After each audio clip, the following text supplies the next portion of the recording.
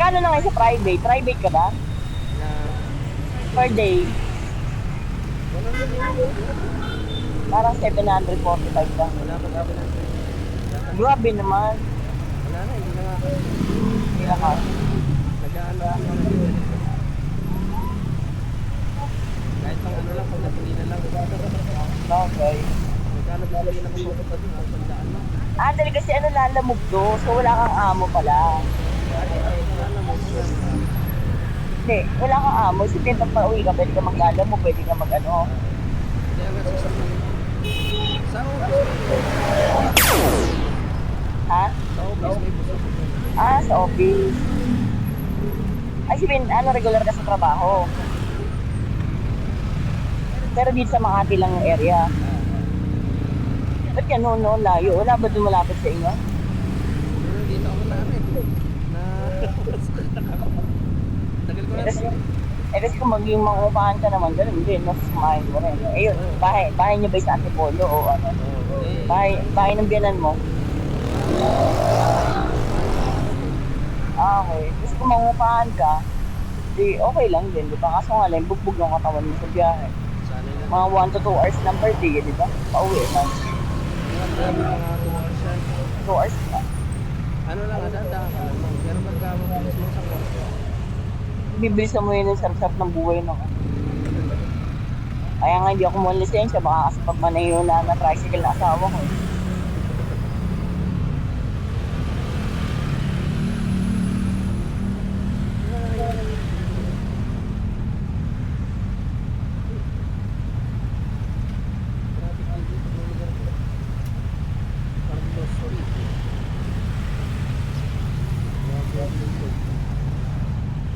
Ano yan?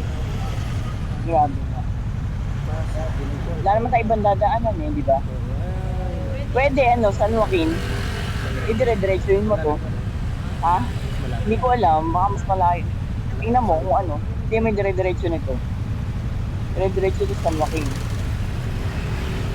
Oo nga, C5 ka rin pala lalabas din nila. San Joaquin ba yan? C5 ka pinapadaan sa Kalayaan. Oo, San Guillermo. Naka-traffic dito. Kaya nga. Kasi ganitong oras, traffic. Hindi mag-C5 na lang tayo. Pagdating mo Kalayaan, okay na tayo, di ba? Nakakarating din tayo. Okay, pagpanik, ano ba, Mandaluyong na ba pag umiko tayo doon sa taas? Wala na, lumampas na pala tayo. Ay, hindi pa, pwede ko pa mag-Mandaluyong, no? Mandaluyong. Oo, tuturo ko ito mas mabilis. Ilang kilometers yan, tingnan mo? 6 kilometers, 5.6. 5.6. Pagpanigyasin natin dito, di ba, Guadalupe to. Pagpanig natin, kakanan tayo dito sa Boni. Itirahin natin, 5.6 yan tignan natin. Pero yung traffic, ganun, ano lang din, ang traffic lang, parang bagong ilog na lang, di ba? Dadaan tayo sa Candy. Kasi pag inigot mo naman yan, mag-iba na way yan eh. Ewan ko lang mas malapit 7.8. Ay, patay! 5.2. Ay, bumaba, 5 point, di ba? 6? O, di 4, hindi pa, smooth pa tayo, di ba? Ang tingin mo? Hindi, lang yan, kasi kakanan na tayo dyan sa paglampas ng kakanan tayo sa Boni. Hindi na aabot ng EDSA eh, ng mismong crossing eh. Kakanan tayo sa parang mall, yun mo na lang. Kapurit lang to, at least lang, di ba? Kasi ganun din naman eh. Ito, gagapang tayo, maluwag yung daanan dito, kasi gagapang tayo na masikip, di ba? Grabe. Parking lot guys. Hindi, pagdating sa kanto, kakanan na tayo. Ha? Parking lot. Ay, commuters. Kaya yung commute Aray ho, ang haba na nilalakad, para kapantangan, taas ng MRT lang, putang ina, halino eh.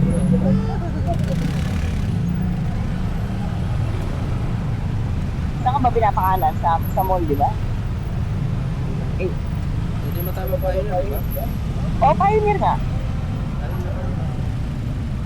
Pioneer ba? Layo pag kung lang dyan, kanan mo pag may lalabas na naman dyan, di ba? Maliban lang kung close, di ba? Kasi kasabay natin yung tunnel eh. Kunwari magmumula yung kapitbahay mo, di ba? Ganun ba?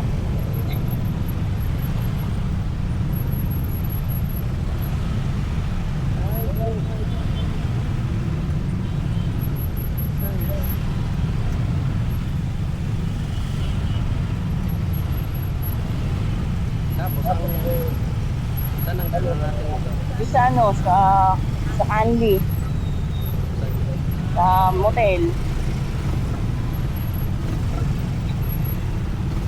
Okay lang dito kasi ano naman tayo. Kung mag-alala, professional back rider ako, hindi madidikit-dedik sa'yo kahit anong preno mo dyan. Hindi ako magre-reklamo sa'yo. Okay lang basta alam mo possible na mas wala pa. Oh, sige. Hindi, pag kumanan ka dyan, mag-ano naman yun. Basta yung ano na tayo, Alam sila lang sa malapit naman na tayo kumanan, di ba? Ilang pioneer nga talaga. Ito nga.